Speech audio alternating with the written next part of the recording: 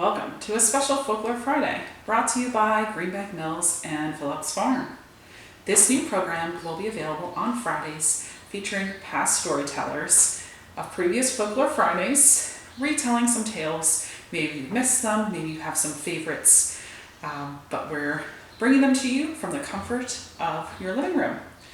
So because storms are brewing outside, and I have my lovely ambiance of smelly candles, I don't have 18th century ones with me at the moment, I thought I would share some ghost tales based around the Philadelphia campaign, which is part of the War for Independence. So make sure you grab a frosty beverage, a comfy seat, maybe add some ambiance of yourselves, and come join me. How many of you here are familiar with the War for Independence that ended our ties to an overbearing father, a tyrant who unfortunately shares the same name as our president? Huzzah to our victory over Great Britain that let us become free and independent United States. Tonight we are sharing recollections around what is now called the Philadelphia Campaign of 1777, when General Howe captured our capital city of Philadelphia. Now I want you all to close your eyes, take in a deep breath of fresh air, and travel back with me to the hot, hazy summer of 1777. British armies led by Sir William Howe and Lord Cornwallis sailed from British-occupied New York City, down around the Delmarva Peninsula, and up through the Chesapeake Bay, bound for Elkton, Maryland, not too far from us here at Greenbank. It was decided by Sir William Howe, who had some sympathies towards our cause, and a particular American lady, that he wanted to take Philadelphia and end this war. At Head of Elk, 18,000 soldiers disembarked and rested for a period of 1 week. Well, these soldier dandies, if they were our continental troops, would have needed only a day's worth of rest. But I do have some sympathies towards these soldiers, as they arrived nearly emaciated and sickly. One local person even remarked that their horses looked as poor as rats. Anyway, after they got enough beauty sleep, they then marched from Elkton to Aiken's Tavern in Glasgow and proceeded to drain it of all its liquids. Very dire times. Speaking of which, if you have a liquid in hand, feel free to also drain some of it.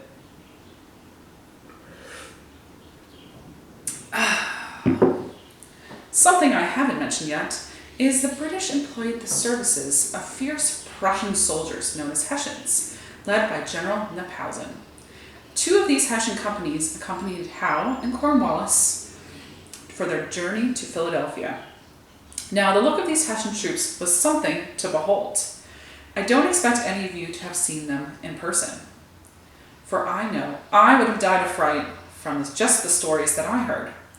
They wear blue coats with red and white trim.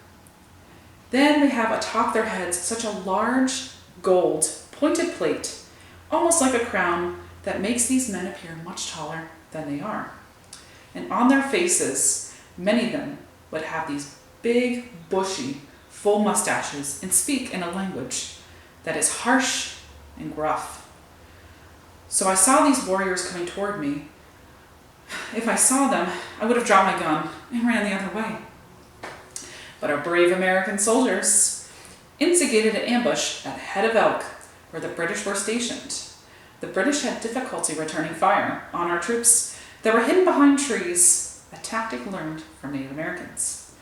The American troops fell back to an area called Iron Hill, which I hear nowadays they have some delicious beverages. But this place is named so for being a place rich in iron ore. But this area may have well been named so because of the battle that took place there. The sullen guns, the flashing swords, and glistening bayonets. On September 3rd, 1777, at Cooch's Bridge, our American troops made a stand to stop the British forces from taking our dear city of Philadelphia. And now begins our ghostly tale. And this is a great point to also take a sip of your beverage. Or two.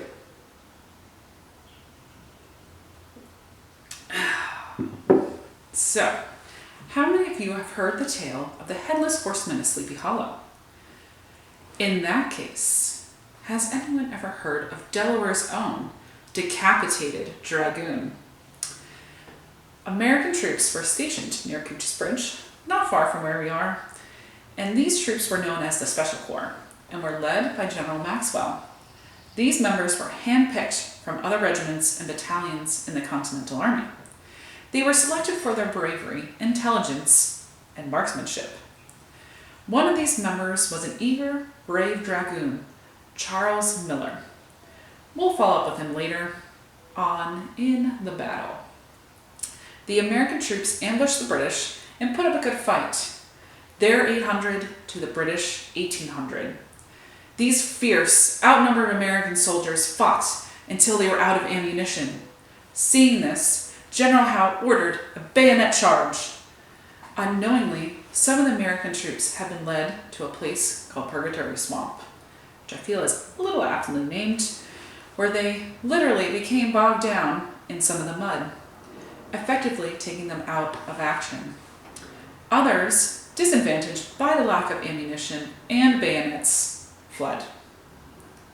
On horseback, here comes our dragoon, Charles Miller fought until he had to retreat.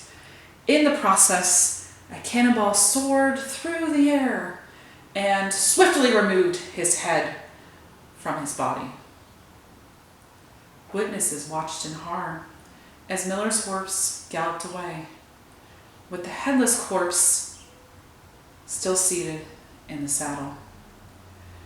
That was the last anyone ever saw of the poor soul or the stallion, at least in this life. But Miller's ghost apparently was still aching to fight for the glorious cause. I think that is a good time for a drink break.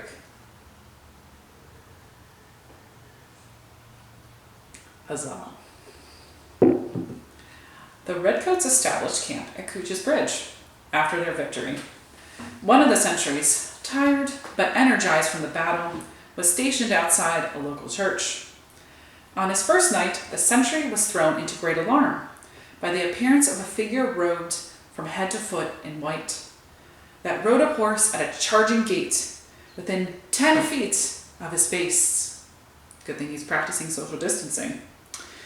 When the guard was relieved in the morning, the soldier begged that he might never be assigned to that post again. His nerves were strong in the presence of an enemy of the flesh, but an enemy out of the grave? He would desert rather than encounter that shape again. This sentry's request was granted. A new sentry the next night was started, and startled in the short, small hours by a rush of hooves and the flash of a white form. He fired at it, boo, and thought he heard the sound of a mocking laugh. Ha ha ha ha! Come back. Every night, the phantom horseman made his rounds, and several times the sentinels shot at him without effect, the white horse and white rider showing no annoyance at these assaults.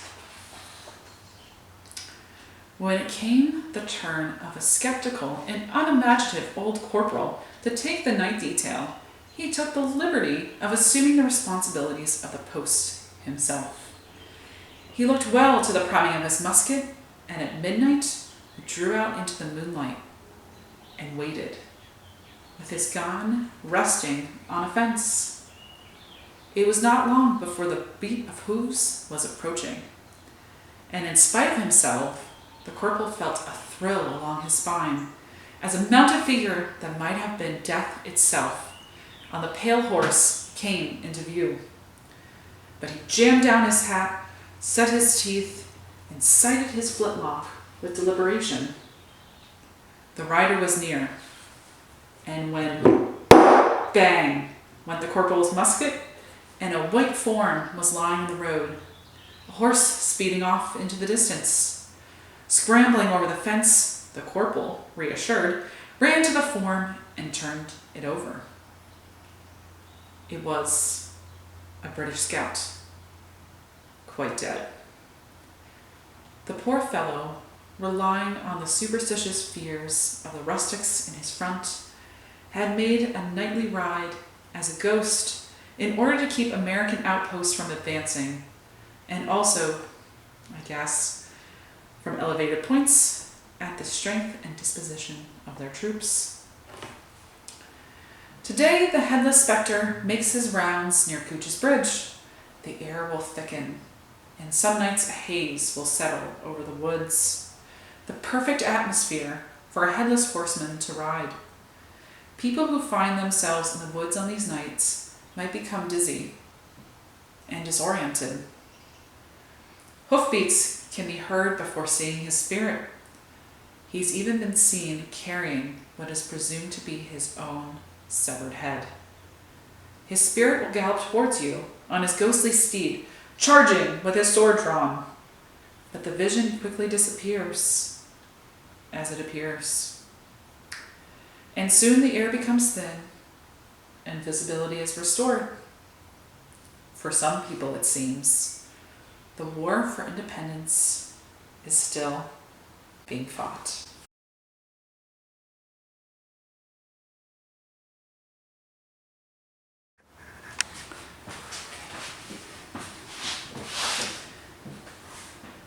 Now, our story doesn't end with the Battle of Cooch's Bridge, a ghostly specter, and our brave American soldiers fleeing. We are going to travel along with our American troops to a place called Chad's Ford. And what you can see now is a storm has just rolled in. Perfect timing for this special tale. Chad's Ford, maybe famous for other things today, is also known as being the place where the Battle of Brandywine happened. The Battle of Brandywine was the fiercest one-day battle of the Revolution, lasting nearly 12 hours. Unfortunately, it ended with our troops retreating, but it did end up sort of solidifying with the French that we did fight very fiercely and passionately, and they just decided to support us after witnessing our brave actions during this battle. Unfortunately, as well, it also led eventually to the British occupation of our capital city of Philadelphia, only for a few months before the British continued on, and several years later, we won the war. I digress. So with a very fierce one-day battle that was bloody, emotional, and devastating, you know there has to be all sorts of tales that come out of it. So today, if you travel to Chad's Ford, you never know what might come across walking around these picturesque woods and pathways of Chad's Ford. The wind just picked up, I hope you can hear that. With all the beauty that surrounds the area, it's easy to forget that one of the bloodiest battles of the Revolutionary War was fought here. Lush trees became memorial markers for dead soldiers, and open meadows hid mass graves of soldiers buried underneath. In the woods near a place called Sandy Hollow, moldering cinders once marked the spot where a blacksmith shop stood. It is said that when the retreating Americans were pursued by the British, a British officer's army stopped there and commanded the blacksmith to shoe his horse. This he refused to do. But on being threatened by the officer and pretending to comply, he hammered away. He watched and he waited for his opportunity. And then the blacksmith struck him dead. He dragged away his body to a well at a short distance, threw the body in, and then turned the horse loose. Years after the blacksmith died, people are said to have seen the courageous blacksmith performing his daring deed over and over and over again in the dead silence of midnight. People in Chad's Ford carefully avoid that area after dark, unless you're unafraid of meeting with the ghost of a slaughtered British soldier. The heaviest fighting that day took place around a peaceful Quaker meeting house, the Birmingham Meeting House. Doors of the Stoic structures were ripped off to carry British wounded inside. Blood from the bleeding soldiers and amputations have permanently stained the wooden floors. Some things, it seems, cannot be purged with water. And if you walk around the meeting house, you'll notice mass burial spots and unmarked graves. A British soldier named Lord Percy was struck by a ball that would later terminate his life about 100 yards from the main burial grounds. His remains lie unmarked, with others by a single memorial. There is a legend about him that before the battle I find quite eerie. Lord Percy saw one of the hills of Chadsford in his dreams months before even arriving here. When Lord Percy first saw the hills, before the fighting took place on September 11th, 1777, it caused him to pause. He was said to have exclaimed, "The scenes of my childhood are not more familiar to me than this. This hill has appeared to me in my dreams, and when I close my eyes in this dim twilight, I can picture them still." So, was he predicting his future death? Or was it just some strange coincidence that he believed to have seen these hills before? Did he have some connection to the supernatural world? Unfortunately, we may never know. A day after the fight, bodies and amputated limbs were dumped together in large ditches. Heavy rainstorms, like the one I'm experiencing right now, and the frequent flooding of the area caused soldiers' mangled, decomposing bodies to wash out of their graves. For several days after the battle, farmers fished dead corpses from the Brandywine River, their blood creating red pools in the water. The following year, farmers had a superstitious notion that where blood was shed in greatest profusion, an abundant growth of thyme sprung up spontaneously. Battles leave a stain on a community that sometimes can never be cleansed, even over time. And while peace, growth, and new communities have sprung up over the decades since the battle, the restless souls, spirits, and soldiers still remain.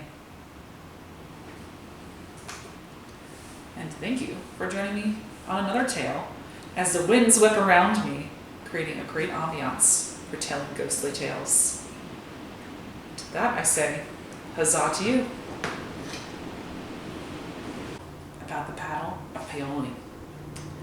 And this story features a dashing general, General Anthony Wayne, and it consists of flesh boiled in a cauldron, misplaced bones, and an American hero who was buried in two graves 400 miles apart. So, we are now going to travel to Paoli, Pennsylvania, and the family homestead where Anthony Wayne was born. A schoolmaster once remarked that the boy was certainly not a scholar, but perhaps a soldier.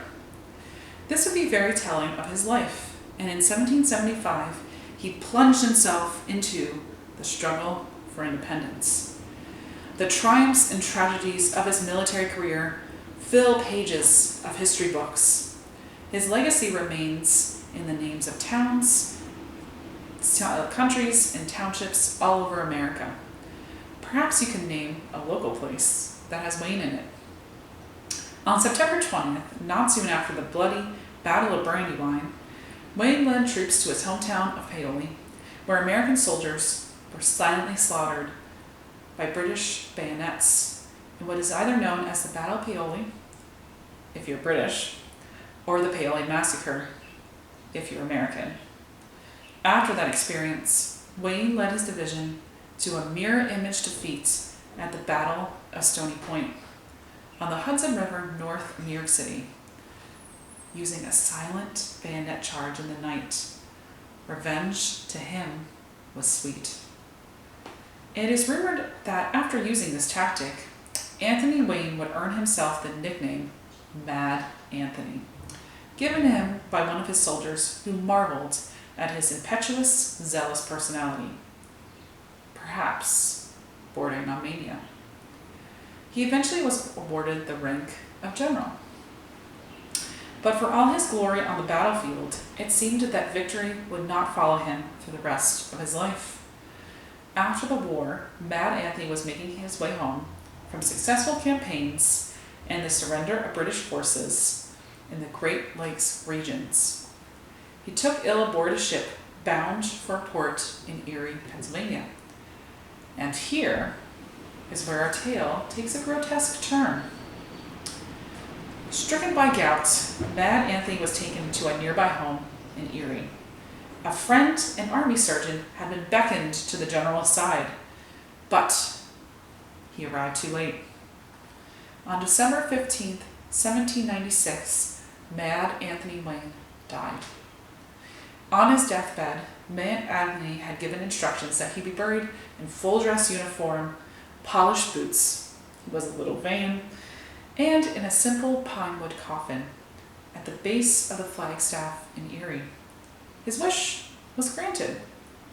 For 13 years, the general's body rested in the grave. But in the spring of 1809, Mad Anthony's son, not Mad Isaac, journeyed from the family estate in Paoli.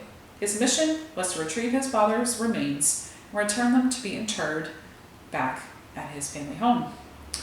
He exhumed the body and prepared it for transport.